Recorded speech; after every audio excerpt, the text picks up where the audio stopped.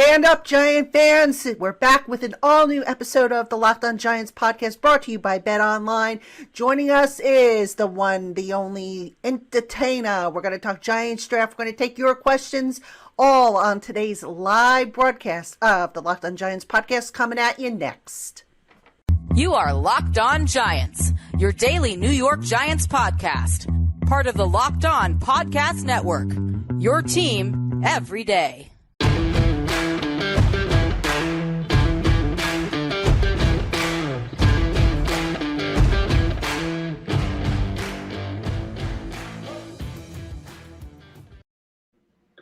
What is good, New York Giant fans? Stand up. This is Patricia Traina here on the LockedOn Giants podcast, and I am joined by the one and only Chris, DaEntertainah Guzzo.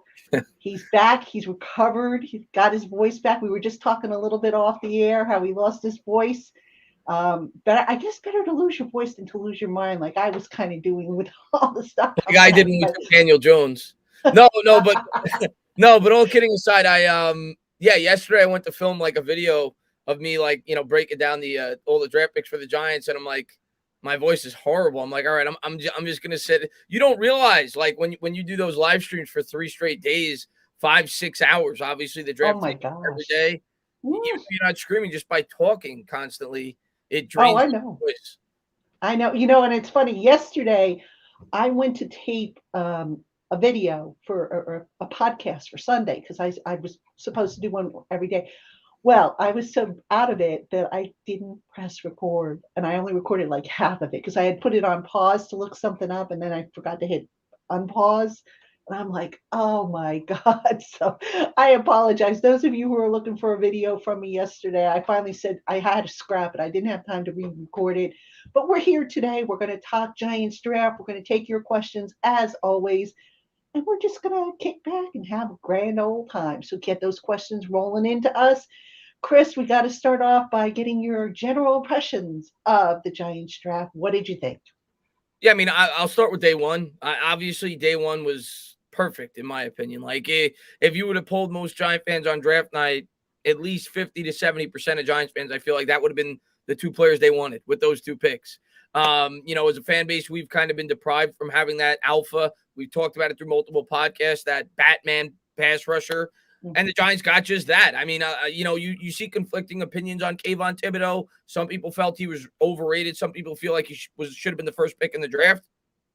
Listen, I'm a fan, but when I watched Kayvon Thibodeau, and I said it today on Twitter, and apparently I think it was Authentic told me that Sean O'Hara agreed with my opinion. His first step reminds me so much of OCU Manura, and he's more powerful than OC.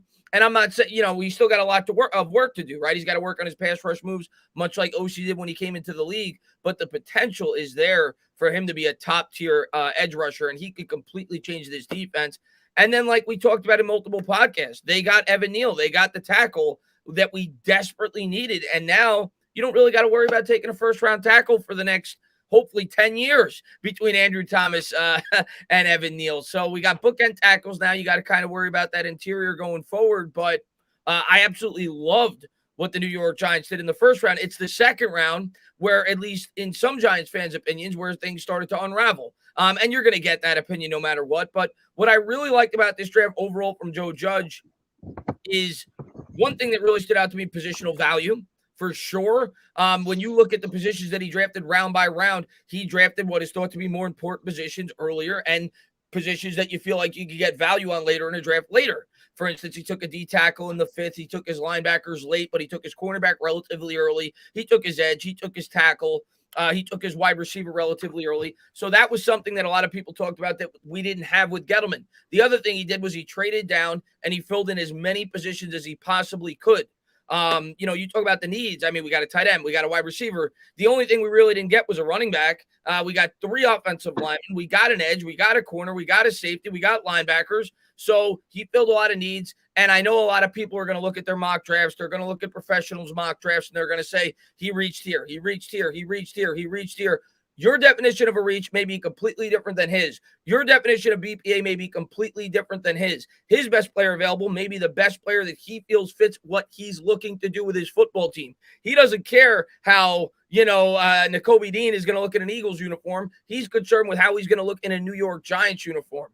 And he was looking for players that he felt best fit the schemes that he was looking to run. I'm not saying he knocked it out of the park outside of the first round because I don't know. I'm also not saying he failed. I have to see how these players do. We don't even know the offense that they're going to run. I know a lot of people looked at the Wandel Robinson pick like I did initially and said, well, he's very similar to Kadarius Toney. And I remember when the rumors came out about Kadarius Toney that was a player I looked at because I saw a lot of people frequently compared him to Toney, that if we trade Toney, this is a guy that we could draft. So I'd be lying if my initial reaction when we drafted him wasn't, I'm a little bit surprised. Not that I'm like screaming, but I'm a little bit surprised that we took him. But then when I had about 5, 7, 8, 9, 10 minutes to digest it, I said, all right, we don't know the offense they're going to run. Let's give these guys an opportunity to bring in their players and see how they fit the new scheme for the New York Giants. So overall, I'm happy. But, we won't know for at least 2 or 3 more years how this draft turned out.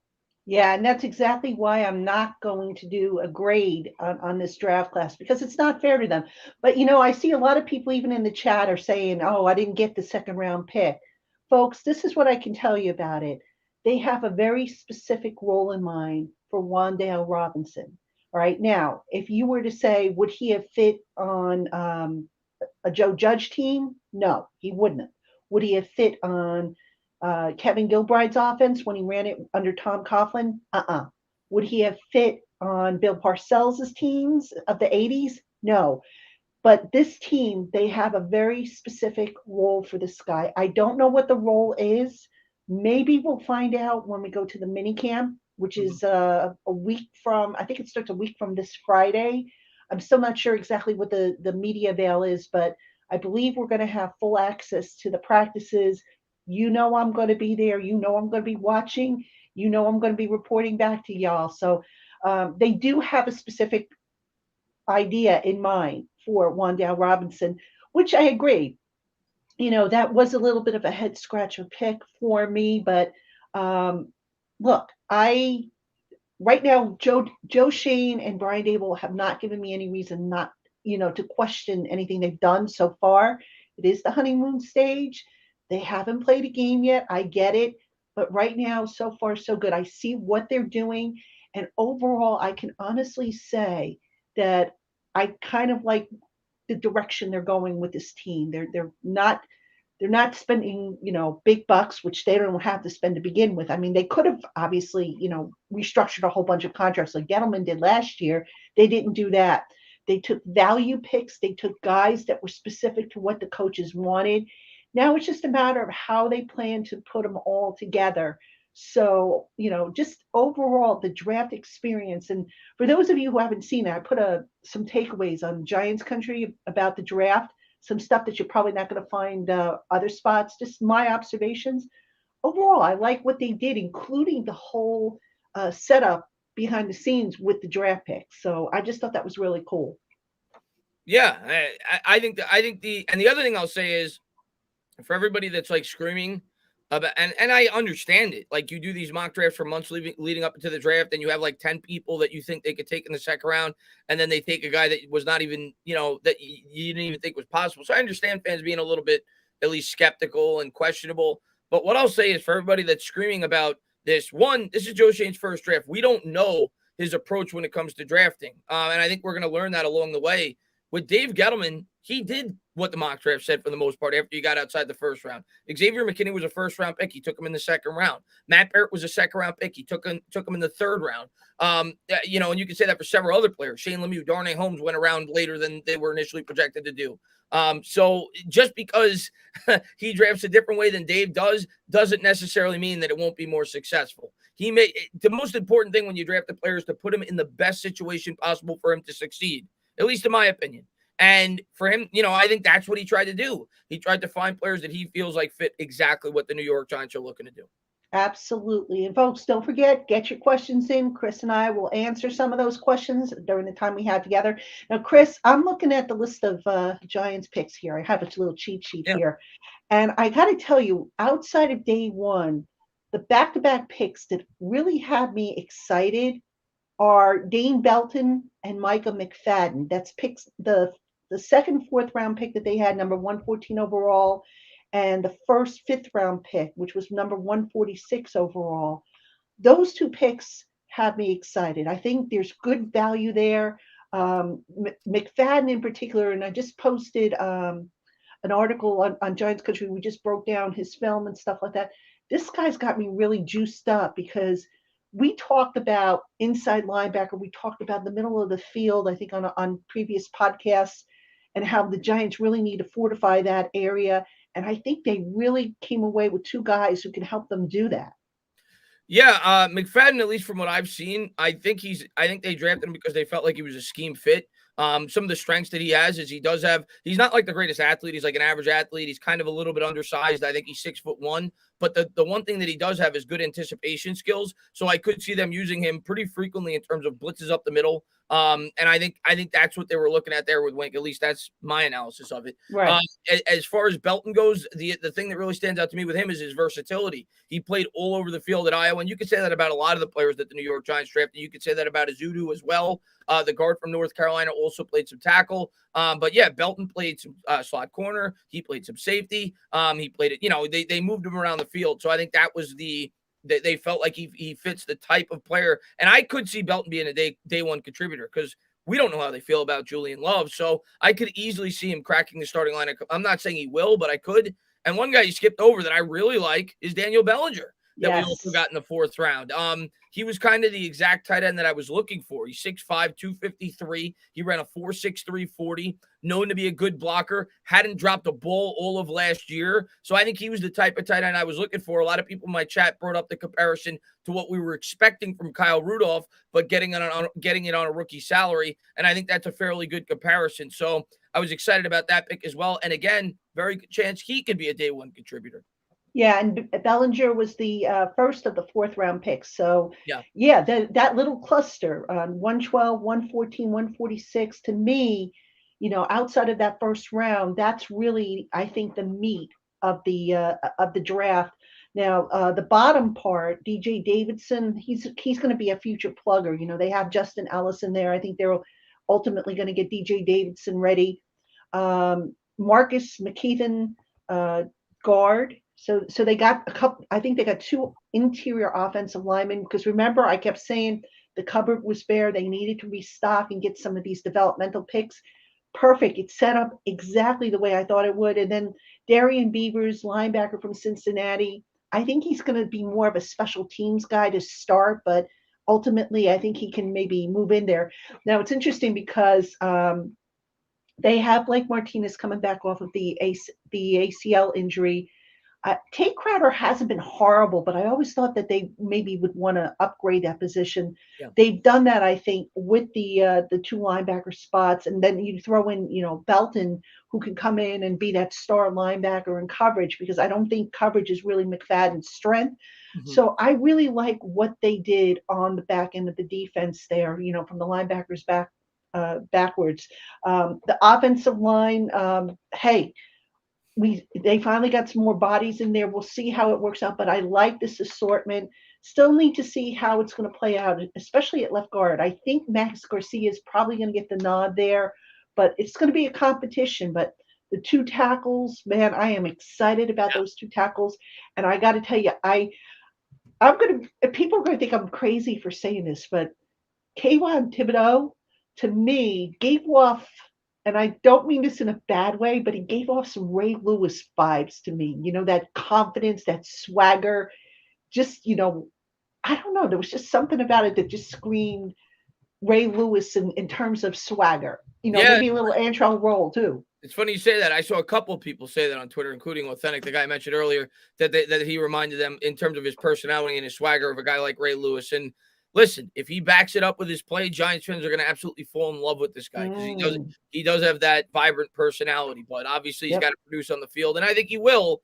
And I also think he's going to help the rest of this defense. Like, I think about the impact he could have on a guy like Azeez Ojulari. I think about the impact he could have on Leonard Williams. Like, you think about this when the offensive line, now needs to heavily focus on the two edges, how that's going to open up the middle of the field for guys like Lawrence and Leo. Like, this defense, in terms of their front seven next year, could be a lot better. The secondary, I still have some concerns, and we'll talk about Bradberry. Maybe he will be back based on what they did in this draft. Because Flott, well, I do think he has some potential. He has good height. He's almost 6'1". He's pretty fast, but the guy's only 165, 170 pounds. He was used predominantly in the slot while at LSU. So I don't really think the New York Giants found themselves a guy, at least for this year, that could step on the boundary and play cornerback. So it leads me to believe, without a trade, that the New York Giants are probably going to bring Bradberry back. The question now becomes, what do you do to bring him back? Do you extend Bradberry? Do you backload contracts? Do you extend a guy like Leonard Williams? Like, they have to find a way to get creative with some of this money to bring him back.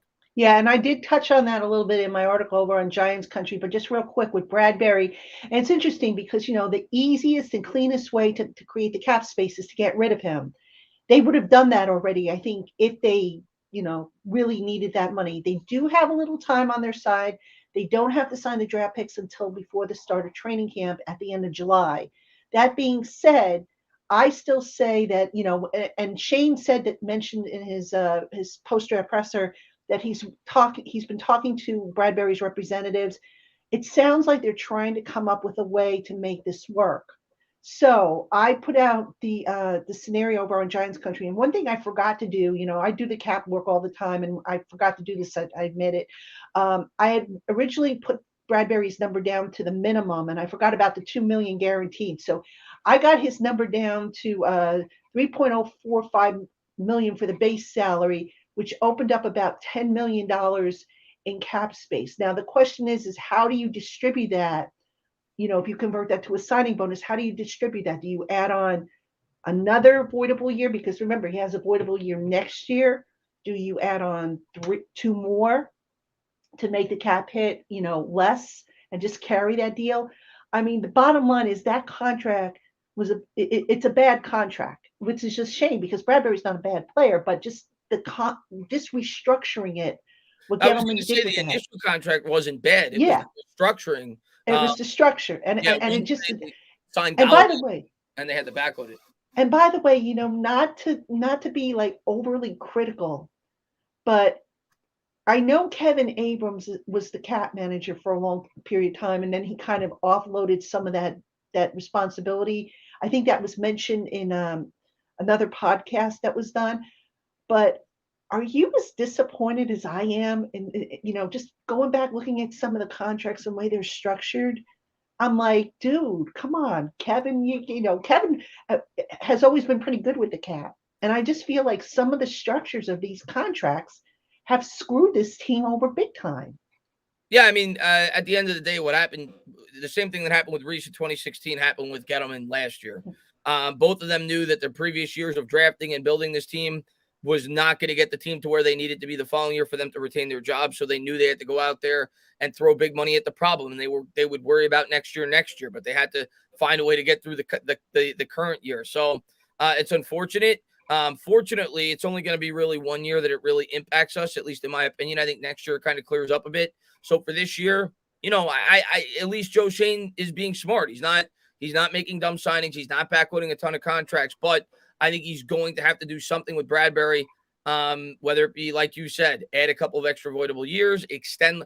I would be open under the right circumstances, depending on the contract, extending a guy like Leonard Williams. He's a guy that maybe I would be open to having another year here with the New York Giants. But again, it has to make sense, and it all depends on how he feels these players fit his defense going forward, or extending James Bradberry. But we'll see. It'll be interesting to see what Shane ultimately decides to do. Yeah, and don't forget, you've got some new contracts that you're going to have to work on. Daniel Jones has a big year. You're going to have to do something with him, which is why, by the way, folks, they didn't pick up his 5th-year option. I know we talked about it a little bit on the pod here, but it didn't make financial sense to do that because then the Giants would have been locked in for guaranteed money, like 21. I think it's like 21 or 22 million would have been. Yeah, I think they would have been locked in. Yeah, and it would not have made sense. You want to start. And I think if Daniel Jones balls out, he's going to get a contract similar in structure, not necessarily dollars, but in structure to how Josh Allen's contract is structured, which is pretty fascinating because he's got guaranteed money, but it's guaranteed in tiers as opposed to just lump sums, which, again, going back to my critique, if you will, of Abrams. I'm just surprised they weren't a little bit more creative with some of the structures. James Bradberry with the guaranteed money. Why didn't you tier it? Same thing with Jackson. Same thing with Leonard Williams. You could have had tiers in there, and it would have lessened the cap impact if you had to move on from those contracts. So, hey, it's water under the bridge. It is what it is. We'll see what happens moving forward. But anyway, I'm seeing a few people on the chat are talking Baker Mayfield. Folks, it's not happening. They can't afford Baker Mayfield. They got to come up with the money to sign this draft class. Please, it's not happening. Baker Mayfield is not coming here. I don't know where he's going, but it ain't gonna be here. But I'll tell you, if Jones has a good year, this is my guess and what I would consider if I was a GM. Like, say the Giants win 9 games. Even I'm not predicting it. I don't want anybody in the chat to be like, "Oh, Chris, you predicted 9 games." No. If the Giants win 9 games, if things bounce their way, if Jones has a good to close to very good year, what I would consider if I'm with the New York Giants, and people just look at the dollar amounts like I did when Carr signed that contract with the Raiders, go and look at the contract.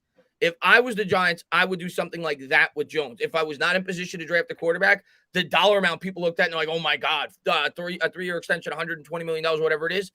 The Raiders are only on the hook for $5 million next year if they don't want to move. If they don't want to move forward with Carr, it's only a $5 million dead cap hit, even though he's due to make $45 million. So if they cut him, they save $40 million. If I'm the Giants, I look to do something like that.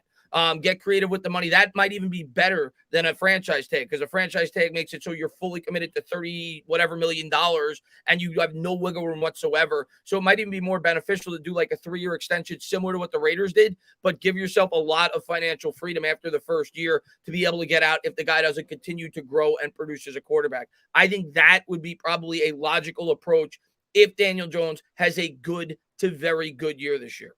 Yeah, definitely. Thank you, Brazen. I appreciate the kind words. Yes, please, folks, like and subscribe to the channel. I'm trying to get to 5,000 because if I get to 5,000, I can do a giveaway. And I want to do this giveaway big time with you guys, not including the giveaway that hopefully I'm going to be able to give away a Giants jersey at one of the draft picks. That's coming up.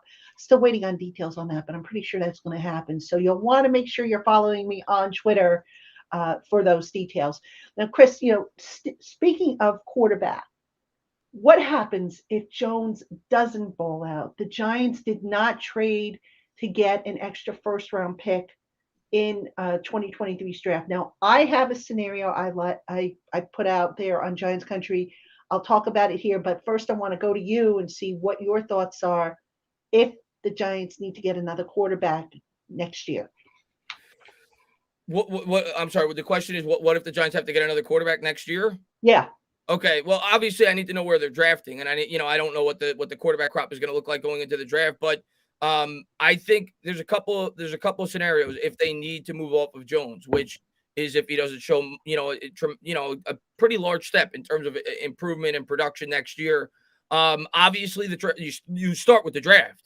If you love a quarterback and you're in a position to trade up for that quarterback, you always do it, especially in a situation that the New York Giants are in. You give up what you have to if you're in love with that quarterback. That's another thing. I absolutely loved that the New York Giants did not reach on a quarterback, which was a great sign, in my opinion, for Joe Schoen. And it even gives me further confidence in Joe Schoen when he does potentially select his quarterback, that it will not be a reach. He did not reach on a quarterback in this draft. You heard the pressure from the Giants fans. You heard the pressure from the NFL media. Oh, Malik Willis this, Malik Willis that. He went like 85th overall. So I love that Joe Schoen took that approach, did not reach on the quarterback. But I think in a scenario where you're in love with a quarterback next year and you realize that Jones is not going to be your guy going forward, you give up what you have to move up and get that guy. We all know that's the most important position. Now, if you're not in a situation to go up and get that guy, which is something that Giants fans fear, rightfully so. People are talking really highly about Young and Stroud, and if a team needs a quarterback, they're not trading out of that pick.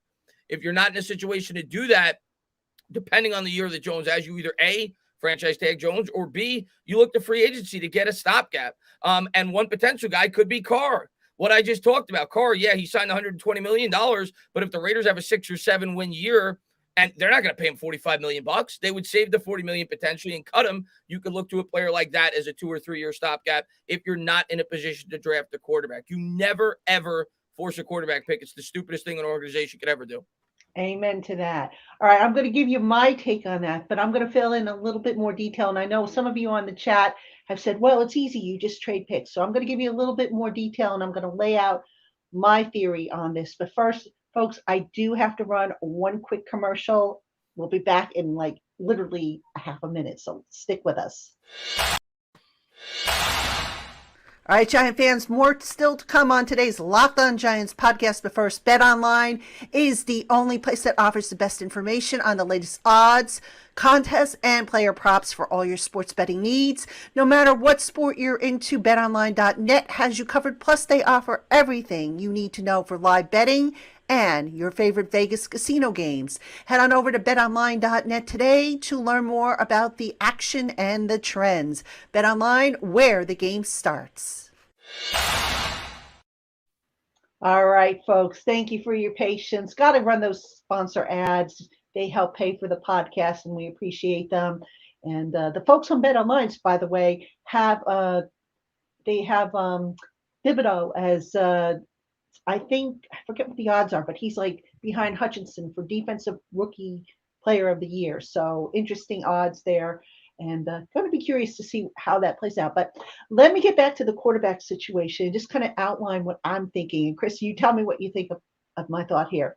So Shane, remember at the start of this whole process, he spoke about having 11 picks when he was first hired, when in reality he had 9.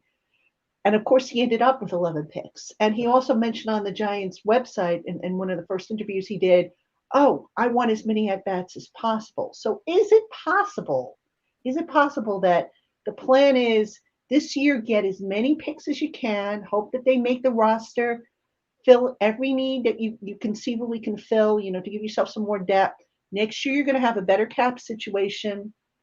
Then if you need to draft in for a quarterback, if you have to come up. I mean, this year, I don't know that the Giants are going to be a playoff bound team.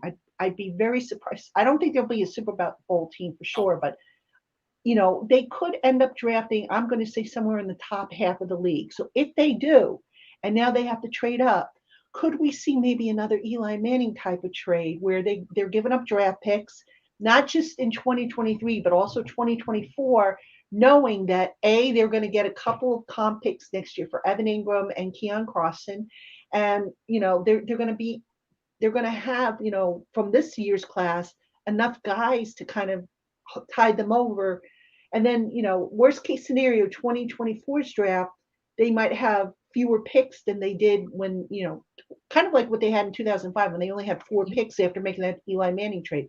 So that's what I'm thinking. Maybe the thought process is if they have to get a quarterback. Yeah, and then the other thing that you could tag on to that is if we're not good this year, which hopefully we are, but if we're not good this year, I do see Shane looking to trade some players on this current team to try to get more draft capital to potentially pair up and move up and get a quarterback. You're not going to get first-round picks, but you could pair third, fourth-round picks with your first, a future first. They will be in a position probably to do what they have to do to go up and get one, but that's not a guarantee. If, say, the Detroit Lions are picking first and they need a quarterback, they're probably not trading out of the pick if they absolutely love the player. So it's circumstantial. When the Giants traded up, it was because Eli didn't want to play with the Chargers, and it wasn't an ideal situation. But I think the Giants are going to try to put themselves in as good of a situation as they possibly can if they feel Daniel Jones is not going to be that guy to be able to move up and go up and get that quarterback. That I agree with. It remains to be seen whether or not they're going to be able to do that. But you always, if you feel there is a quarterback in the draft that has the at least possibility to be a top 4 player, 5 player at that position, and you need a quarterback, you do what you have to do to go up and get that guy. And I think the Giants will. They'll explore their options. The problem I see, we'll see, I don't know if it'll be a problem, but the potential problem I could see is nobody took a quarterback this year. And there's a lot of teams that are going to need a quarterback in 2023. Teams aren't stupid. They saw the writing on the wall. They saw that next year's crop of quarterbacks was much better than this one. So a lot of teams are going to be thinking the way that the New York Giants are. So it's not a given that the Giants are going to be able to move up and get that guy. No, it's not. You're absolutely right. So the more assets they can rack up. And I forget who posted this. I saw it on the chat. Somebody said, oh, they're going to get an extra comp pick for Austin Johnson. I think that pick was canceled out. Over the Cap has the list of the cancellations and the calculations, and they've been pretty spot on with that. So I think Austin Johnson was canceled out by the Glowinski signing. I could be wrong there, but double check that for sure. All right. Comment here from Drake Pierce, who says DJ is done. If he can't be a top 10 quarterback, it's over. Drake, I just feel that the Giants, no, Daniel Jones may not be a top 10 quarterback, but as long as they can win with him, in scouting, we learned that, there's a designation. Can you win with this guy? Or, is the guy like not make a difference?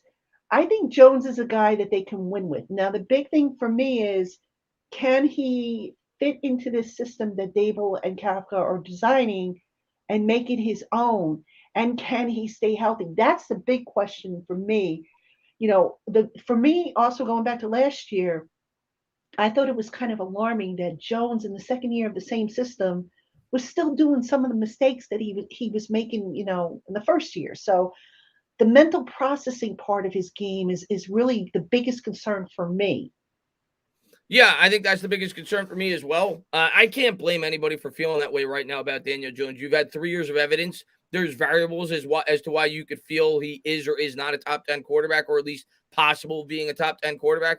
I'm leaning to agree with you. I'm not, but I'm also of the opinion of it's not impossible. Let me see what this new regime could do for him this year, and then I'll reanalyze at the end of this year. But I'm leaning that we're going to be looking for a quarterback in 2023.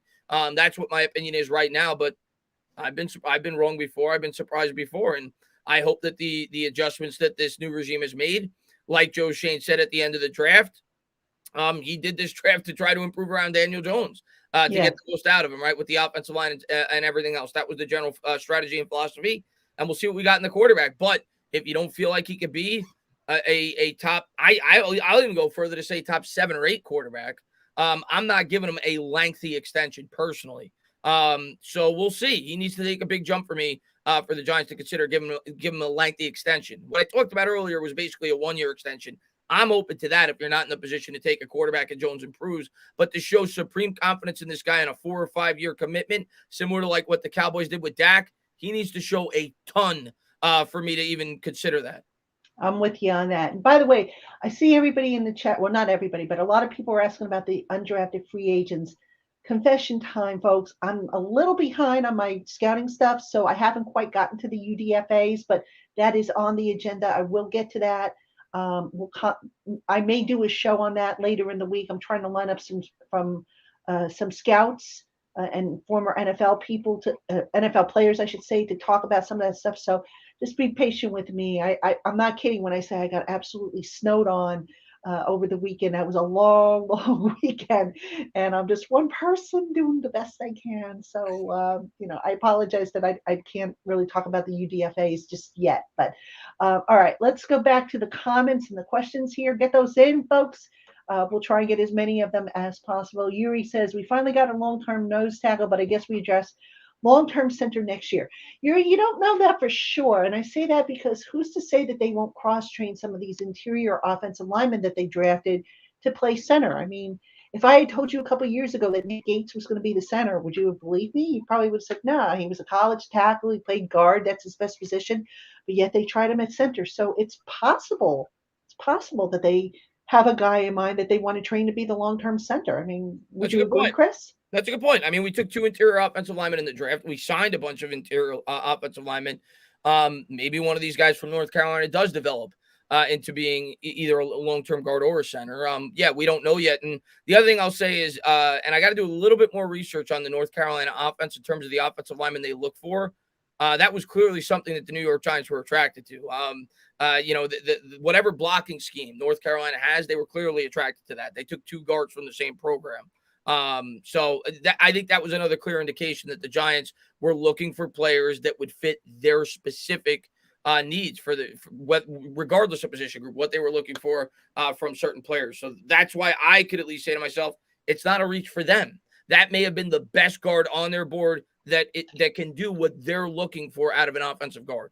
Yeah, I definitely agree. All right. Michael Robinson says we address center in the off season. Yeah, Michael, they signed John Feliciano to a 1 year deal. Yeah, he's not long Feliciano, term. I don't think is a Yeah. long-term answer here. So, stopgap. He's a guy that knows Gable's system, his philosophies and whatnot. I don't think he's the long-term answer. I could be wrong, but I don't see it. I think ultimately they're going to move one of these guys, these interior guys, if assuming they work out. If not, there's always next year. But I think you would probably want a veteran center at that point, which the two guys that they drafted now, if they make it, will be veterans by next year. They will have learned it. So that's how I see that at any rate. I mean, I could be wrong, but, I'm just spitballing here and trying to use logic for sure. I don't think Feliciano's the long term center. Like No, you said, I don't think so either. he said, what's the guy that we had in 2018? I forgot his name off the top of my head, but we had a center. I can't remember his name, but we've had a lot of stopgap centers. But Yeah. he wasn't very good. He got hurt. I can't remember. Oh gosh. It's not Pulley, was it? No, not Pulley. Not Pulley. He substituted for Pulley. This is gonna bother me. He had a beard. This is gonna bother me. Oh, We'll figure out. Somebody's gonna say it in the chat, but yeah. To me, it's someone like that. It's a guy that's gonna man the fort for a year, and then you're gonna look for a guy that could potentially be a long term answer. Yeah. Jalapeno, that's it. John Jalapeno. Yes, Jalapeno. Yes. Yeah, John, you already hit it. John Jalapeno. Yep. Oh, how did I forget John? He wasn't a sweetheart of a guy. Yeah. All right. X-Man 0071. Thank you so much. We appreciate the comment. We appreciate you being with us. We have quite a nice little gathering here today. Almost 250 people are here on the chat with us live. We appreciate that. We're trying to get through some of your questions. All right, let's see. Bill Caesar says, have you heard anything about Justin Ross being signed as a UDFA to the Giants? I don't think I've heard him linked up to the Giants. Again, Caesar, I'm going to be honest with you. I haven't gotten to the UDFAs yet. I mean, I looked at one list this morning, and I know NFL.com isn't updated. I'm just looking at another one real quick. Let me see. Yeah, I don't see Ross as being signed by the Giants yet. That doesn't mean that he won't be, but I don't think yet. Now, also, folks, annual reminder with UDFAs, just because they've been linked to the Giants does not mean they have signed. They still have to come in. They still have to pass a physical. They still have to, make sure everything is in order. I mean, who's to say that, an undrafted free agent agrees, okay, Giants, I'm going to come into your rookie minicamp, and then suddenly, I don't know, the Eagles call them up and say, hey, we're going to give you guaranteed money if you sign with us. And then boom, a guy that was reported it's going to the Giants ends up going to the Eagles. That happens all the time. So just take these reports with a grain of salt until an official list comes out. I will touch on some of them. I know some of these guys have signed contracts. I have a list. I haven't done anything with it yet, but I will get to it. I promise you. Just bear with me here. All right. Let's see. A lot of guys, by the way. I got an updated list, and I don't know how many, like you said, are definitely going to be showing up, but 14 guys so far. Yeah, and there's cap money too. I mean, granted, they're going to be at the bottom of the top 51, but that means they're going to push guys up. So That's the other thing you got to take into consideration. The Giants don't have cap room, folks. So just because there's a big list of 14 guys, that doesn't mean that all 14 are going to sign. They could be coming in as tryout players for all we know. So keep that in mind, because that cap situation is a mess. It really is. Yeah. All right. Brad Eubanks asks, if Feliciano plays well, could we sign him for longer? I suppose so. I mean, never say never, but I just get the impression that he's a 1 year stopgap. I mean, I could be wrong here, but I guess they could sign him. Plus, he's what is he, like 30? Is he in his 30s yet?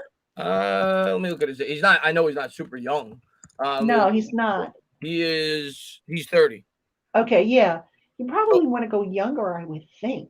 I mean, he's like Remmers. I mean, he's not old. He's not ancient. So, I mean, shoot, compared to me, he's a baby. But, you probably want to go younger. You probably want to get, somebody in their 20s or something like that, because you want to keep that offensive line together. You have a young offensive line, relatively young offensive line. You don't want to have to keep changing out guys every year. I mean, that's how I feel about it. And I also think it was a guy that they were familiar with, and he was familiar with them. And so it made sense, right? Because you're bringing in over a new offensive line coach, a new philosophy for year one. Let's have a guy that's at least comfortable, regardless of how mediocre the guy may be. Let's have him come in and start at center, right? Bobby Johnson's coached him with the Buffalo Bills. I'm assuming they're going to bring a similar strategy in terms of their offensive line play. So I think that had something to do with it as well. Sure, definitely. All right. Michael Robinson says, if Barkley balls out, do we trade him midseason? Or what if Jones and Barkley both ball out? Excuse me. If Barkley is balling out, why would you trade him? I mean, maybe do you look to bring him back? I mean, I would not make him like the top paid running back. I don't think that's where the value is. But I don't know, man. I think it would all depend on how the season is looking at that point. Wouldn't you say, Chris? Yeah, well, definitely. You don't even consider trading him if you're playing well, if the team's doing well. If the team's doing poorly and Barkley looks like he's reverted back to his 2018 form, and you have come to the conclusion, as Joe Schoen, that you do not want him in the long-term plans based off the contract that he may command in the following season, that is probably the ideal time to trade him. But it all depends on how Joe Schoen feels, depending on what you could get for him. But it all depends on how Joe Schoen feels about, how he feels about Saquon Barkley long-term with this football team. I will say this. I think it's much more likely Barkley is extended with the Giants if Daniel Jones is not. If Daniel Jones is extended with the Giants, I don't think they're also going to pay a running back $13, $14, $15 million a year. But I could see it, and this is all based off the assumption that Barkley plays great this year. But what I could say is, if we do not bring Daniel Jones back, I could see Joe Schoen saying to himself, okay, Saquon Barkley looked like one of the best running backs in football this year. Under this hypothetical scenario, I'm going to have a rookie quarterback under a rookie salary. Let me do the best I can to help this guy out his first 3 or 4 years in the league. So I think if Jones is back, there's almost no chance Barkley is long-term. If Jones is not, well, I still may lean that Barkley probably won't be here long-term. It's more likely. Were you surprised that the Giants didn't draft a running back? I know I was. A little bit, but I wasn't upset at all. I was actually a little concerned that they were going to draft a running back too high in this draft with all the other needs we had, because you saw some of the guys they brought in, and like Cook, for example, went in the second round. And I thought that he was a potential third-round pick for the Giants because they showed out a lot of interest, and I was not in love with taking a running back in the third round. Did I think it was possible? Would I have been happy and okay with it in the fourth or fifth round? Sure. But it's not the end of the world to me that we didn't take a running back. You got Breida. He's a decent backup running back. And you're banking on Barkley. Not to mention you also still have the guy we drafted last year. What's his name? Brightwell. Yeah. So it is what it is. Could we have used one? Sure. But at the same time, I'd rather get this offensive line more situated before we start to spend high draft capital at that position. Right, and that's a good point, because how many times have you heard me say that the Giants drafted a running back, they drafted a quarterback, but they didn't settle the offensive line? And to me, that should have been the first priority. I don't understand why the Giants just didn't do that. It made no sense to me. And, it looks like Schoen finally, came in and said, hey, this is what we got to do here. What the heck? Yeah. So very, very, so far, I like the way Schoen is thinking for sure when it comes to building up this roster.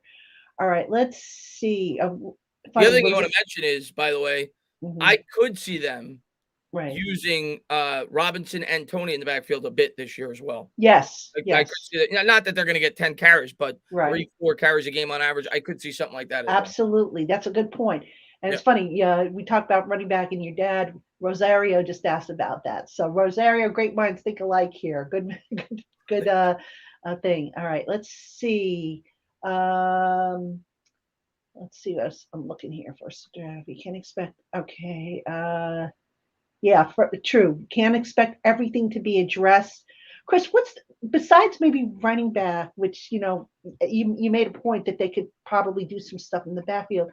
What area of this team do you feel just they didn't really get to as much as they probably could have? Would you say the secondary, or is there another spot maybe that maybe you're thinking? Yeah, I mean, I can't really complain overall in terms of the positions they drafted. I think they tried to address as much as they could, and I knew going in they weren't going to be able to fill every single need. Like, this team has so many needs, and I also know that these guys they take in the fourth or fifth round are probably not. Most of them are not going to develop into being starters for this team long term. maybe for a year or two, but long-term, they're probably not going to be answers. That's just the reality of the situation. You hope that one or two of those guys could become that. But I think cornerback, even though I think Flott could develop into being a good corner, we'll see. He's got the measurables. He's pretty tall. He's pretty fast. I think he needs to bulk up a bit, but I do think he projects to be an exterior corner at some point. But I would say cornerback. And again, that's assuming that Bradberry wasn't coming back as well, though. But long term, I think they still need some more talent at that position, especially with the scheme that we run. Maybe we could have taken a safety a little bit earlier. I liked Petre. But outside of that, I mean, we got an edge, we got a tackle, wide receiver in the second round. So we filled we got it. I think we filled it close to as good as we possibly could have. Maybe I would have preferred a secondary player in the second round, but I'm not going to scream about it. Yeah, I'm with you on that. All right. Davey Anonymous says Gates may be back. You know what? That guy is working his butt off to be back. I would not be surprised. I mean, we saw him at the mini camp a couple weeks ago. Still walking with a limp. He still has a ways to go, but I'll tell you, compared to where he was several months ago, and that injury was just ugly. That was one bad looking injury, multiple surgeries. Nick Gates is one tough hombre, and I am pulling for that guy. He's just such a good guy. Now, also, to Davey's point, he writes that Lemieux may compete for left guard as well. And I saw somebody else mention that Lemieux might train at center as well. Lemieux was actually training at center when he was at Oregon, a few years ago, a couple of years ago. Yeah. So that is another option if the Giants don't have, if they don't draft the center. So maybe that went into the decision. All right. Chill Daddy, how about the punt returner and Italian John Feliciano? The punt returner, that would be, I'm thinking Richie James is why they brought him on board, right? I mean, maybe to play that role. Yeah, he was known that's what he was known for with the 49ers. I know he had one big game with them where he caught for like 170 yards, similar like what Tony did for us last year in that one game against the Cowboys. But outside of that, he was known as being a special teams guy. So yeah, he'll probably be that. He'll probably have that role.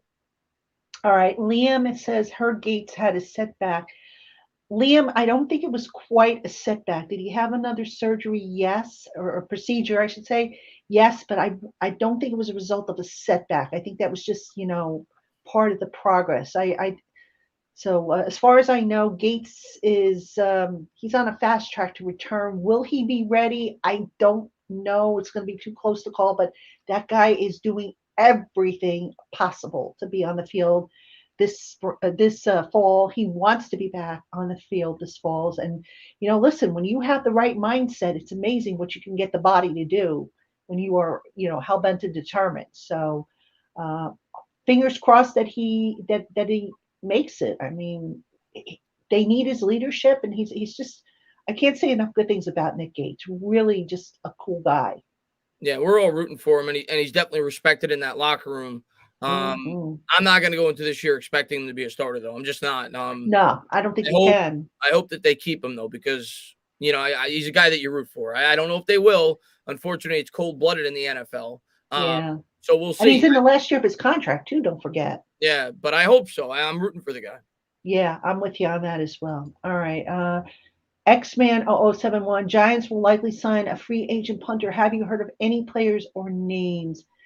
No, again, X-Man, I apologize, but I'm a little behind on stuff, so I haven't really scoured the undrafted free agents. But what I can tell you, the mini camp that we were allowed to see, we were able to watch the entire practice. So I was watching Jamie Gillian punt, and I remember that day was really windy.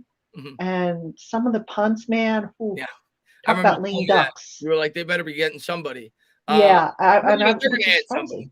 They're definitely going to add somebody to compete. I think so too. Yeah. I don't know who's going to get the job, but that was another thing. And listen, I would have been completely for the Giants taking a guy like Ariza.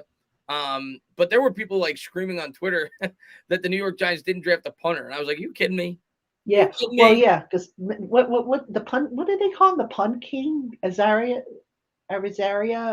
I don't remember. I don't know what his nickname is, but a lot of Giants fans were upset we didn't draft a punter. I was like, I mean, yeah, we need an upgrade at that position, but I mean, with as many holes as we have, you got to focus on the more important spots first.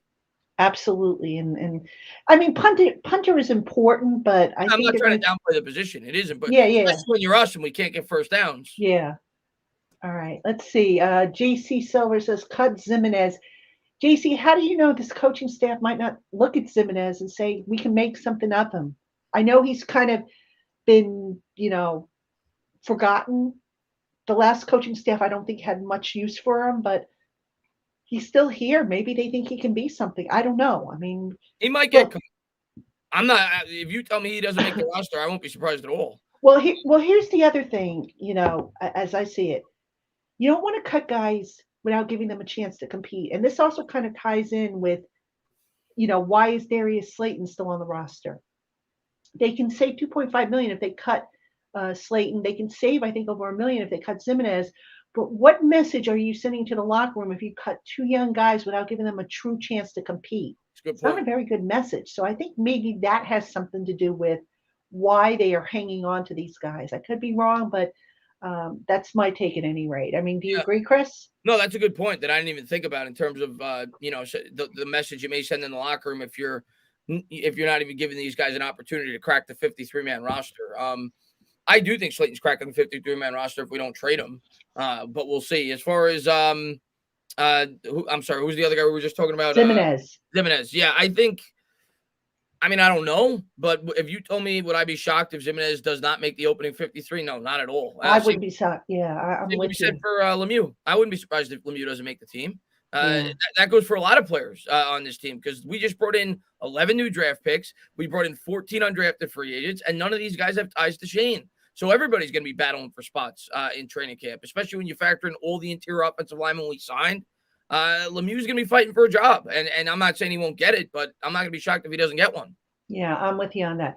All right, folks, I got to run one more ad. This one's from Billbar. It's about 47 seconds or so. We'll be right back at you. All right, Giant fans, more still to come here on the LockedOn Giants podcast. But first, Built Bar is the protein bar that tastes like a candy bar, but without the sugars and without the calories.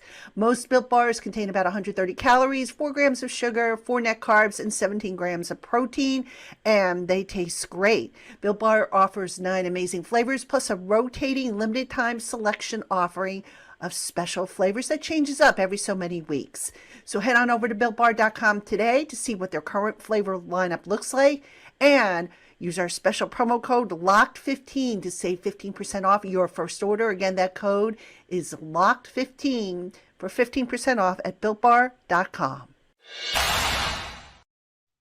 All right. Thank you again, folks, for your patience, and thanks to our sponsors of today's LockedOn Giants podcast, BetOnline and Built Bar.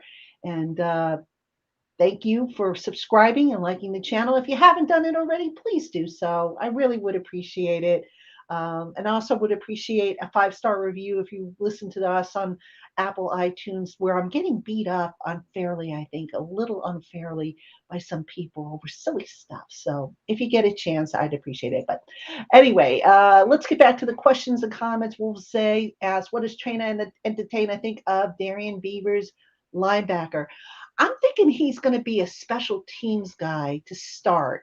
I mean, a little bit of a developmental prospect, but I think he can really step in as a special teams prospect there. I mean, do you agree?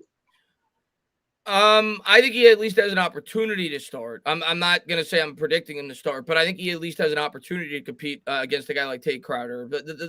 I saw a review wrote he's a phone booth linebacker. I think that's best to describe him. He's kind of like that old school linebacker that's not going to be a guy that is like necessarily great in coverage, but he's a hard hitter. He's a throwback linebacker. I think it's possible he gets some playing time with the New York Giants, but I am not going to label him one of the favorites going in. Not to mention we drafted another linebacker before him. So I think it'll be a competition, though, and I think it was important for the Giants to bring in a couple linebackers via the draft, especially with Blake coming off the injury. So we'll see how it plays out. But at a bare minimum, like you said, should be a valuable special teams contributor. Yeah, agree. All right, Beamer 57. Do you think there'll be more emphasis on the run game based on draft and DJ being the game manager? I think we're going to see a lot of 11 personnel. And if I'm not mistaken, I believe Dable up in Buffalo went more with a passing game than the run. I think one of the criticisms about him was he gave up on the run a little too soon, if I remember correctly. Now, that being said, I don't think that he had a running back of Saquon Barkley's skill set. So I think a lot of it could depend, Beamer, on if Barkley is up to speed, so to speak, if he looks like his 2018 self. If not, then we'll have to see how it falls into place. But I would not be surprised if the offense is more pass orientated. Yeah. I don't think he's going to be a game manager. I think they're going to find out what Daniel Jones is. I think they're going to let him go out there and sling it. I mean, you look at what Buffalo did. They didn't run the ball a whole lot. They've even talked about how they want to use Saquon Barkley more in the passing game than in years past. I think they're going to say, DJ, this is your year to prove it. This is our year to find out who you are. And we're going to let you go out there and make mistakes and sling the rock. We don't want to put kid gloves on you. I think the Giants are going to give him an opportunity to sling the rock. I don't think, not to say we're going to have like a balls to the walls offense like the Chiefs, for example, but I think we're going to have a pretty aggressive offense. I think we're going to throw the ball a lot more than we did in years past. Let's put it that way. Yeah. All right. Tim France asks about John Ross being re-signed this morning. I didn't see that. Did you, Chris? No. Let me take a quick look. I'm looking real quick to see if there's anything on here. I don't think he was. I mean, I could be wrong. Yeah, I didn't hear anything about that. I didn't hear about it either. That doesn't mean that it didn't happen, but normally I get an alert on my phone when somebody signs, and I don't see any. I'm looking real quick on my phone here. I don't see any alerts, but it's nowhere. I went on Giants Wire. I went on Twitter. I don't see anything about John Ross. Yeah. All right. He might be talking about. He might have misinterpreted it, and he might be talking about the rumors that we may be signing Justin Ross. Could be, maybe. And we didn't sign him, but there's rumors that we could be signing him. Maybe that's so. I mean, let me go to Twitter real quick because I like I said, I get an alert usually when somebody's signing with the Giants, and I don't have that. So that again doesn't mean that. Let's see, John Ross. Let's see if there's anything here. While this comes up, John Ross. Oh, I should have done John Ross Giants, and of course I'm doing John Ross in general, which, all right, John Ross Giants. We'll see. But anyway, while we're waiting, I mean, do they even need a John Ross back on this team? I mean, the guy, straight ahead speed, yes, but he was injured a lot. Yeah. No, we don't need him. I don't think they're going to do that. They brought in 2 undrafted free agents at the wide receiver spot as well, in addition to drafting one. You have to figure Tony's going to get a more expensive role this year. I don't think we're bringing Ross back. Yeah, I would be surprised. And I'm looking real quick on Twitter. I don't see it. I mean, if somebody has a link, drop it in the comments section. I'll check it out. It might just be somebody wishful thinking or somebody, a parody account. Who knows? I mean, that doesn't mean it hasn't happened, but I don't see it anywhere on Twitter, like I said. And also, I don't have an alert for it, but maybe my internet is slow. I don't know. Yeah. All right, let's see. Okay. Michael Robinson says, get the ball out quickly to playmakers, let them make plays. That's how it should have been. But, Jason Garrett. I think you're also going to see some deep shots down the field with this offense. I mean, they've got the speed to do it. Yeah, and what I'm most excited about, though, is what Michael said. Getting the ball out in space, creating quick separations, scheming guys open quickly.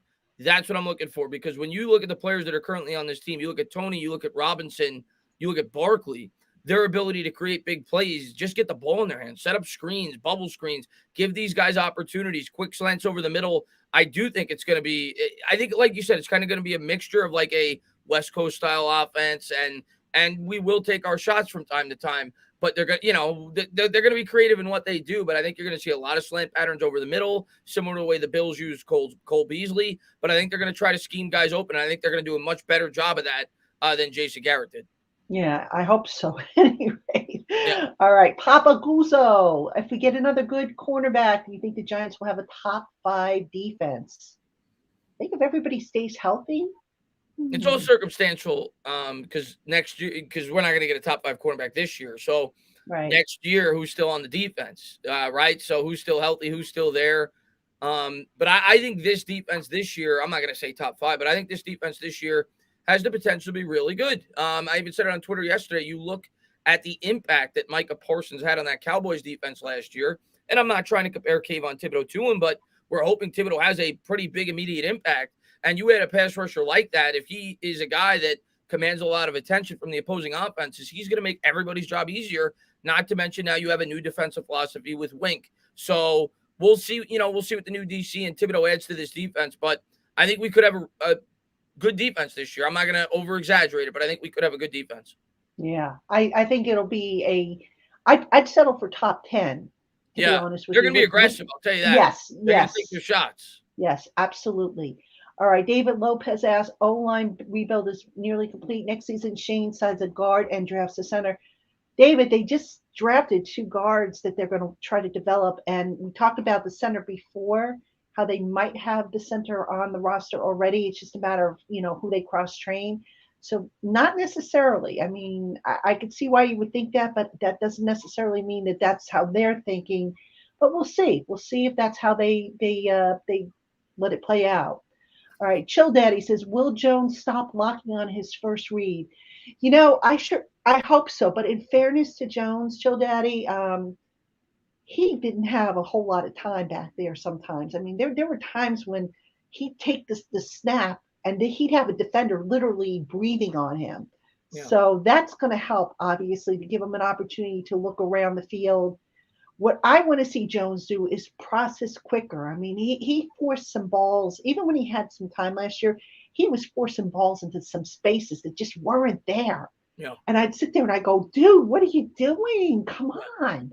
Yeah. So that to me was the most frustrating thing about Daniel Jones. One of the most, that and the fact that when he took off as a runner, trying to be the tough guy, and yes, please God, let him learn how to slide. Yeah, that or at least avoid contact. Get out of the house. And I know you can't always do that. I understand that, but we'll see. In terms of the first read, I do think he's gonna have more time to throw this year. Based off the fact we added Evan Neal, that should help. And I do think he has an improved scheme where hopefully they make it a little bit easier for him in terms of getting guys open quick off the line of scrimmage. So we'll see. Yeah, amen to that. All right, Michael Robinson asks, which coaching change do you think will have the biggest impact on this team? It's a good question. Wow. That's a really good question. That is a good question. Everything is going to look dramatically different on both sides of the ball. I didn't hate Patrick Graham, by the way. I thought Patrick Graham was a pretty good defensive player, but Wink is completely different. So you're gonna see a much more aggressive defense. That may be good. It may be bad. We're gonna have to wait and see how the New York Giants are able to handle that approach. But I gotta say the offense is gonna be the bigger upgrade on that side of the ball. I mean, I was never a guy that tried to blame everything on Jason Garrett. I thought it was a collective effort. Joe Judge, Jason Garrett, Daniel Jones, the offensive line, obviously Gettleman, bringing in the players that just didn't seem to work. So I thought it was a combination of all of them. But I think the combination of bringing in a guy like Mike Kafka, who a lot of people have a ton of respect for, with the Kansas City Chiefs. Pat Mahomes raves about him. And you bring in Brian Dable, and you see the job they did over there in Buffalo. Of course, Josh Allen certainly helps that. But you bring in 2 really more, good and more innovative offensive minds to this offense. I think that will make the more significant impact than on the defensive side of the ball. All right, folks, just real quick, breaking news. Justin Ross, I know a lot of you asked about him. According to Jordan Schultz, he's signing with the Chiefs. So there you go. I know a lot of you asked about him earlier. And now you know what's going to happen. Now you know. I already know what's going to happen. I can go on Twitter right now, and I bet you there's 5,000 Giant tweets about saying how Justin Ross is now going to be this great talent with the Kansas City Chiefs. And in 6 months from now, when he's not even playing in the NFL, we'll just forget about it. But that's what the pulse of the fan base is going to be right now. Oh, my goodness. That's so funny.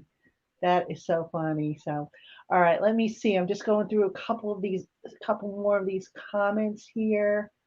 We'll just keep going for a little bit more, folks, and then I'll let y'all, those of you who are watching us on your lunch break that have to go back to work. I know you guys are probably looking forward to getting back to work.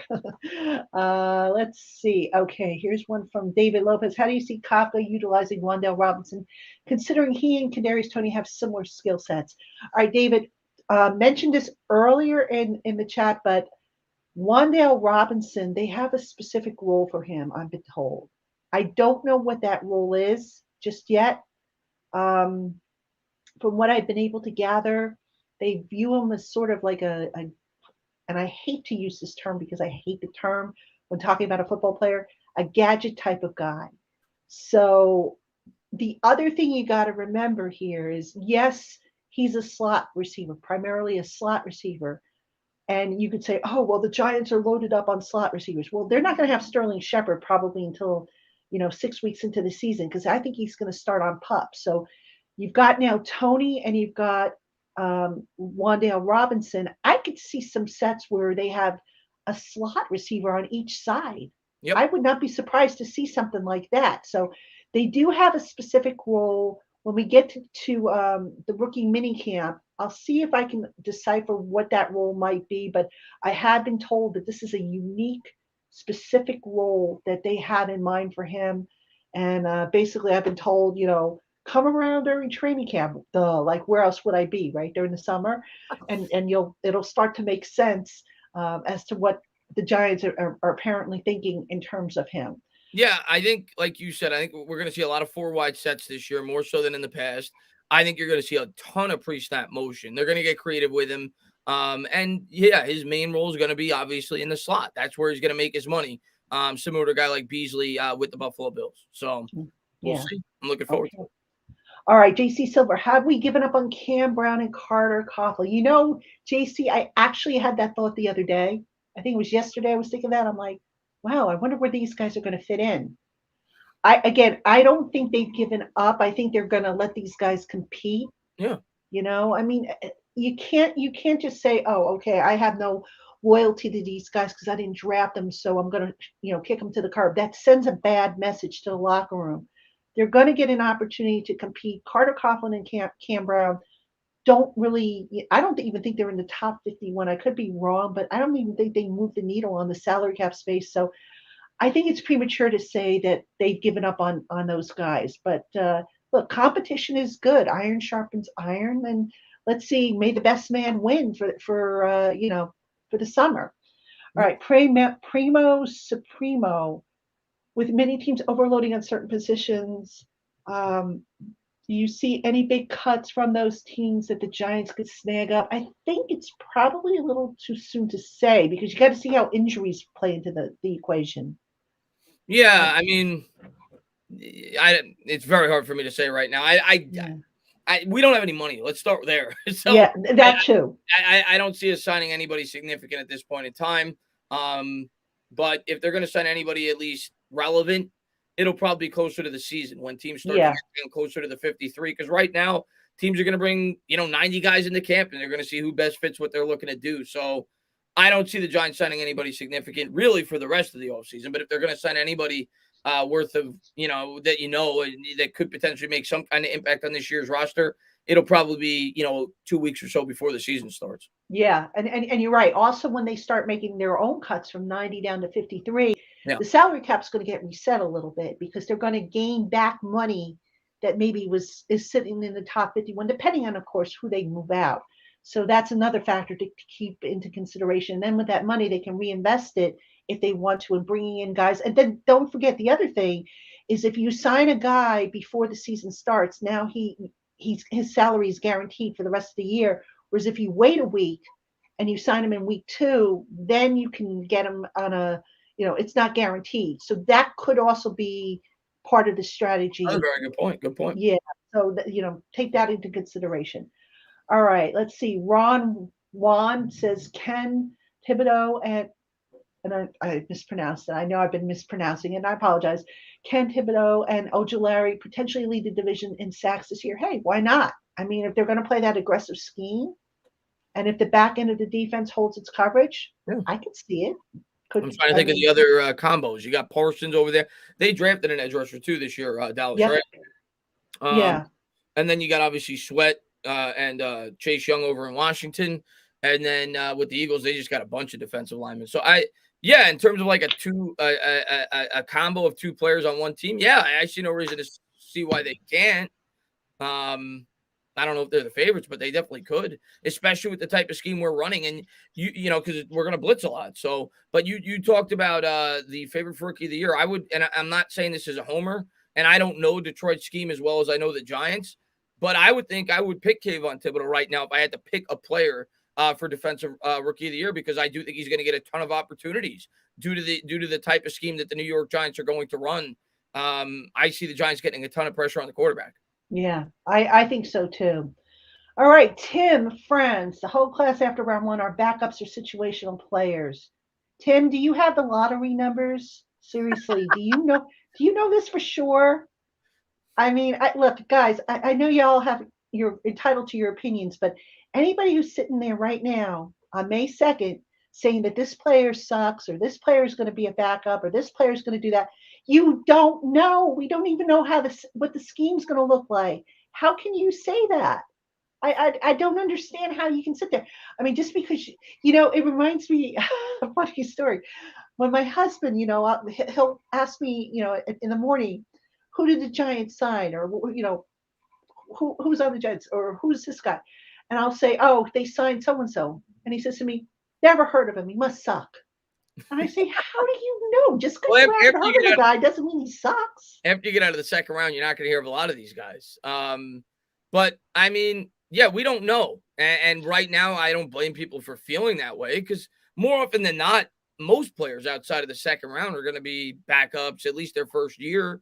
Or ideally, you want your first your picks in your first 3 rounds to be starters, or at least heavy eventual starters. But here's the thing, Chris. I mean, this is such a misnomer. In football, technically a starter is who's out there on the field for the first play of the game. Well, in defense, what if you start with your nickel package? Does that mean your other inside linebacker is garbage? No.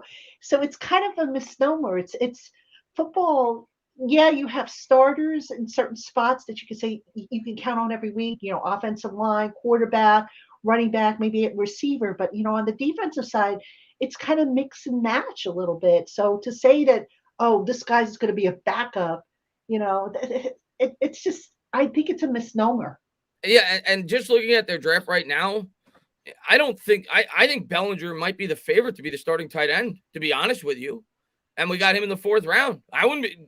Why can't he be the starter opening day with the other tight ends that we have on this roster? So I think Bellinger is going to be an immediate contributor. That's my honest opinion. Now, maybe he won't be, but that's my honest opinion. I think Belton has a chance to start. Like I said earlier, I don't think Julian Love is a guy that he can't potentially surpass before the year starts. So I think some of these guys are going to have opportunities to have roles. We talked about McFadden. I don't know if he's going to start, but I could see him being used situationally at that linebacker position, specifically on passing downs, because I think it looks like he's a pretty good blitzer from the middle, something that Wink's going to be looking to do at that position. I don't expect Ezeudu to be a starter day one, but at some point this year, I think he potentially could be. And I think the other reason why they brought him in is because his versatility. He's got exposure at both the tackle and the guard spot. But outside of Wandel Robinson, who obviously could have a significant role day one, I think guys like Belton, Bellinger, I wouldn't be shocked at all if they're in the opening day starting lineup, to be honest with you. Yeah, I'm with you on that. And to that point, Kevin Paul asks, is Daniel Bellinger starting over Ricky Seals-Jones? Could be. I would not be surprised. I don't know if it would be day one. It depends on how they're opening up. Are they going to want a receiver in there, which Ricky Seals-Jones isn't? Are they going to just want a pure inline blocker because they're going to run the ball? It's hard to say. And again, starting, it's such a misnomer, especially with the skill position players, because you don't know what package they're going to roll out or what they're going to want that package to look like. So it's kind of, it's hard to say. I think if you mean, is Daniel Bellinger going to see as many snaps or more snaps as Ricky Seals-Jones? I think potentially he will see as many. Because remember, they also have, now I'm forgetting the other tight end's name. Jordan Akins? Yeah, Jordan Akins? I think it's Akins, yeah. Yeah, so I mean, we'll see how that rolls, and I'm curious to see who ends up on the practice squad. I think they're keeping the same practice squad rules as they have the last 2 years, which if they are, fantastic. Ditto with the IR rules as well. I like that. I hope that never goes away, by the way. So, all right, Tim France asks, excuse me, what are the intentions with the thin 3rd round corner? Are they considering using someone 175 pounds in the slot? That would be my guess. I mean, look, the bottom line is Flott needs to bulk up a little bit. Yeah. They all, every rookie that comes in, I think you can make the argument that they can get stronger, NFL stronger, because in college, even though a lot of these guys are strong enough as it is, they can get stronger. They Yeah. can get leaner. They can get faster. They can do all kinds of improvement. So no rookie coming in via the draft is a complete product, I think. So I could see Flott working maybe as a nickel, maybe even showing up as a dime in the beginning there. But I don't know. I don't know if I'm ready to say he's going to beat out Darnay Holmes and Aaron Robinson for the slot position, because it's all about size. You see a lot of big receivers, big tight ends in the slot. You want size, and you want guys who can be physical with those guys. Yeah, I won't be shocked if anything happens, because it's a brand new regime. They have no ties to the other players, but I'd be pretty surprised if Flott's starting day one. I know they're completely different positions, but I kind of compare it to, and I'm not saying he has near the upside of a guy like Malik Willis, but I kind of compare it to that, where the Giants looked at his physical tools and they said, this is a guy that in the future could mold into being a pretty good corner on the outside for this football team. He has the measurables. He's over 6 foot. He's very fast. And they feel like maybe he's a guy with the proper coaching and the right upbringing in a couple of years down the line could potentially be a big-time contributor for this football team on the outside. I think personally he projects more to be on the outside than the inside long-term, but I don't think he's going to be a starter day one for the New York Giants. And like you said, he probably needs to add 10, 15 pounds of muscle, but I don't think he'll be a day one starter. Yeah. All right. We're going to take a few more of your questions and comments before we call it a day. Amazing Guy says Giants should have traded for Linderbaum. Amazing Guy, I have a saying, woulda, coulda, shoulda, didn't. What's the point? It's done. They can't go back and undo it. I mean, you could say the Giants should have done a lot of things that they didn't do, and you could also say the other teams should have done a lot of things they did do. So this is the class they have, onward and upward, I feel. I mean, what's the point of rehashing it? Yep. Let's see what we got out of these kids. Yeah. All right, let's see how much. All right, here's one. Warren C., how much of an influence do you think Mara had on us not selecting a quarterback this year, thus giving Daniel Jones a fair shot to prove himself with a good offensive line? Warren, I think John Mara left the decision up to Joe Schoen. I know a lot of people think John Mara interferes. I don't think that was the case with this particular decision. Now, John Mara has also said that he believes in Daniel Jones. I get that. I can see where the question's coming from. Mm-hmm. But he also said, and this is the part that doesn't get widely repeated or reported, that ultimately it'll be up to Shane and Dable. Yeah, here's what I say about that, Warren. I understand why you may have that opinion, but I think the way the draft played out clearly shows you why he didn't take a quarterback. Yeah. There weren't starters in this draft, at least guys that they felt like could be starters at the beginning. Nobody took a quarterback outside of Kenny Pickett, which most people viewed as a reach until like pick 80.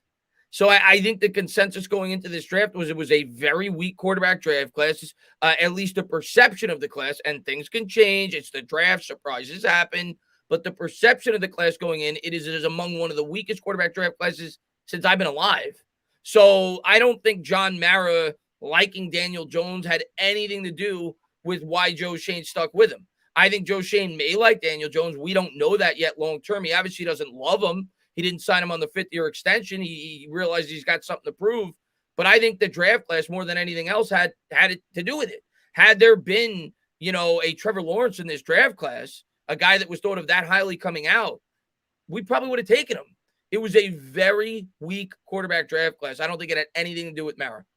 Yeah, I'm with you on that. And, when people were coming on the show here and saying, oh, Malik Willis at number 5, I was like, no way that's happening. Sorry. And you can't just say it's the Giants, it's the entire league. So right, exactly. As evidenced by what happened in the draft. Sure. All right, Michael Labors says, did you see Art's new tweet about trading Bradberry and Slayton and swap 23, etc.? Okay, I'm looking at the tweet right now. It's Art Stapleton's tweet, and it actually says, I've been kicking around a possible Giants trade. Bradberry, Slayton to the Ravens for Chuck Clark and a swap of 2023 mid-round picks. Might have to eat some of Bradberry's money. Give Ravens insurance for Marcus Peters for ACL. Slayton helps with loss of Hollywood. Cap needs massaging.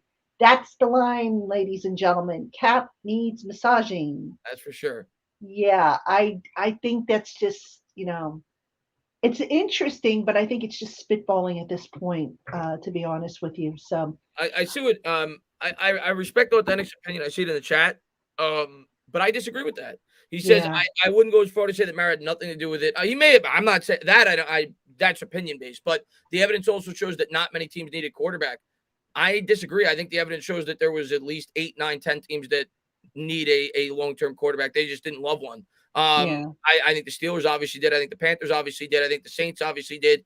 I think that you could certainly argue the Giants did. I think Tennessee needs a long-term answer. I know Tannehill is the current starter. Minnesota probably needs a long-term answer. And there's other teams that I'm not thinking of off the top of my head that if there was a really good quarterback class and guys that they felt like were elite potential, they would have drafted them in the first round. yeah. All right, folks, we're going to take one more comment, then I got to jump because I've got a lot of writing to do and a lot of catching up to do. So again, thank you so much for joining us on today's show. This comes from Taco Nacho. Oh, tacos, Taco Tuesday tomorrow. That gives me an idea for dinner. Okay. What do you think about Kyle Fuller to replace Bradberry? Fuller's what, over 30? Going to probably be expensive? I don't know. Yeah. I don't think so. I at this point, and they may get creative with like a player for player trade, but at this point, I think Bradberry's going to be our corner this year. Yeah. But my question is how are they going to go about doing that? What are they going to do with the salaries? And that'll exactly. be something to analyze and talk about. Exactly. If you're going to propose a trade, you got to look at the numbers, guys. It's that simple. I mean, if it comes out to where the cap needs massaging, it's probably, I don't know.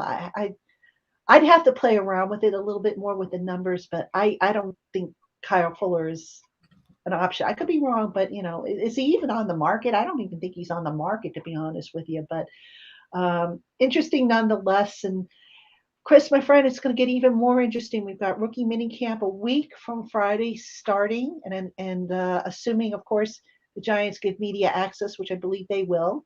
I will be there. I'll be taking notes, tweeting, podcasting. We'll have to maybe touch base again and do another one of these and get caught up on all this stuff, because it's always cool talking ball with you and also with everybody who joins us on the pod. We appreciate. We hit at one point almost 300 people on the. That's awesome. Yeah, so it's growing, and I appreciate it. And again, if you haven't done so already, please like and subscribe to the channel. Would really appreciate it. And Chris, my friend, another good show. I can't thank you enough for coming on. You sounded fantastic. And yeah, I tried doing the video yesterday. I was like, I can't even hear my own voice. So I had to take a day off. But yeah, voice feels much better today. I'm looking forward. By the way, I just want to clarify one thing I said. I see some people in the chat saying that the Panthers took a quarterback in the third round and Tennessee took a quarterback in the third round. I was referring to that. I was talking about first round quarterbacks. Yeah.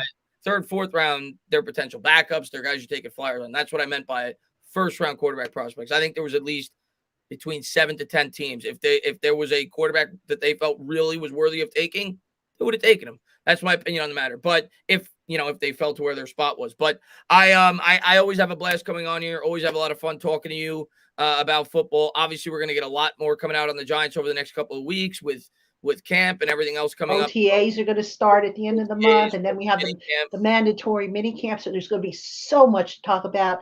And as always, folks, I hope you'll keep it here on the LockedOn Giants podcast. And of course, DaEntertainah's channel. Can't forget about Chris. He does a great job with Bad Dog and the people he brings on. Once in a while, I pop on that channel as well. So we're going to have a lot to talk about, and I can't wait to bring it all to you. So thank you, everybody. If I didn't get to your question, pop it in an email to me, LockedOnGiantsPodcast@gmail.com, and I'll pick it up. If I do a mailbag this week, I'm not sure if I'm going to do one tomorrow. I'll probably do one later in the week. And we'll just keep cranking out the content here and also on Giants Country. So check all that stuff out. Thank you. Chris, thank you. Folks, we will talk to you again here on the LockedOn Giants podcast mañana. Till then, take care.